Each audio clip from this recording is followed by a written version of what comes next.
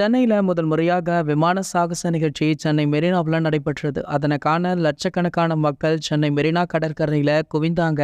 அந்த பகுதி ஸ்தம்பித்துமே போனது. கொளுத்தும் வெயில்ல மக்கள் கூட்ட நெரிசல்ல சிக்கி ஏராளமானோர் மயங்கி விழுந்து மருத்துவமனையிலுமே அனுமதிக்கப்பட்டாங்க. விமான சாகச நிகழ்ச்சி நல்லபடியாக முடிந்தாலுமே அதனை காண வந்த மக்கள் கடும் இன்னல்களை சந்திச்சாங்க. சுமார் 10 லட்சத்திற்கும் அதிகமான மக்கள் ஒரே இடத்துல கூடியதால அவங்கள கட்டுப்படுத்த முடியாமல் போலீசாருமே திணறி போனாங்க. இந்த கூட்ட நெரிசல்ல சிக்கி 5 பேர் பலியாகி இருக்காங்களாம். இதை தவிர நூற்றுக்கணக்கானோர் மயக்கமடைந்து மருத்துவமனையில சிகிச்சை பெற்றுமே வராங்க. சரியான திட்டமிடுதல் இல்லாததால இந்த மக்கள் கூட்டத்தை சமாளிக்க முடியாமல் போனதாக விமர்சனங்களுமே எழுந்தது. இந்த நிலையில பாத்தீங்கன்னா இந்த விமான சாகச நிகழ்ச்சியை பார்க்க போய் பலியான 5 பேருடைய குடும்பத்திற்கு ஆறுதல் தெரிவித்து தமிழக வெற்றிக் கழகத்துடைய தலைவர் விஜய் அவர்கள் எக்ஸ் தளத்துல பதிவிட்டிருக்காரு. அந்த பதிவுல சென்னையில இந்திய விமானப்படை சார்பில் மெரினா கடற்கரையில நடைபெற்ற சாகச நிகழ்ச்சியின் பொழுது 5 பேர் உயிரிழந்த நிகழ்வு வேதனை அளிக்குது. அவங்களுடைய குடும்பத்திற்கு என்னுடைய ஆழ்ந்த அனுதாபங்கள் அப்படின்னு தெரிவித்திருக்காரு. இந்த நிகழ்ச்சியின் போது அடிப்படை வசதிகள், போக்குவரத்து வசதிகள் மற்றும் பாதுகாப்பு உள்ளிட்டவை மீது